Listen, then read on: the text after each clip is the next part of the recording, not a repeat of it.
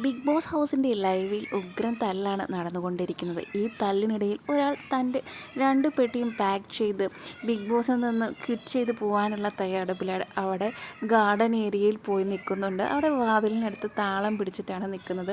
Big boss, എനിക്ക് ഇവിടെ നിന്ന് പോകണം, എനിക്കിവിടെ നിൽക്കാൻ പറ്റില്ല.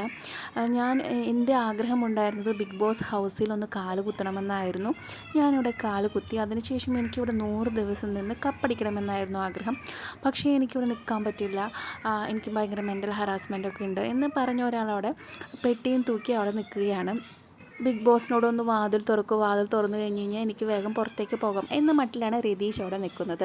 എന്നാൽ ഈ സമയം ഹൗസിനുള്ളിൽ അവിടെ പൊരിഞ്ഞ വഴക്കാണ് നടക്കുന്നത്. ക്യാപ്റ്റനായ അർജുനും അസീറോക്കിയും തമ്മിൽ അവിടെ വാക്കുതർക്കം ഉണ്ടാകുന്നുണ്ട്. ക്യാപ്റ്റൻ്റെതായ രീതിയിൽ പെരുമാറുന്നില്ല എന്ന് പറഞ്ഞ് അവിടെ വഴക്കുണ്ടാകുന്നുണ്ട്. അതിനുശേഷം യമുനയ്ക്കുണ്ടായ ഒരു ഫീലിങ്സ് പറയുന്നുണ്ട്. അതായത് ഇന്നലെ ജിൻഡോ യമുനയ്ക്കെതിരായിട്ടൊരു നെഗറ്റീവായിട്ടുള്ളൊരു സ്റ്റേറ്റ്മെൻറ്റ് നടത്തിയിട്ടുണ്ട്. അതിനെക്കുറിച്ചാണ് യമുന പറയുന്നത്. അതൊരു കറക്റ്റായ കാര്യം തന്നെയാണ്. ജിൻഡോ ഒരിക്കലും അങ്ങനെ ഒരു വാക്ക് അവിടെ ഉപയോഗിക്കാൻ പാടില്ലായിരുന്നു.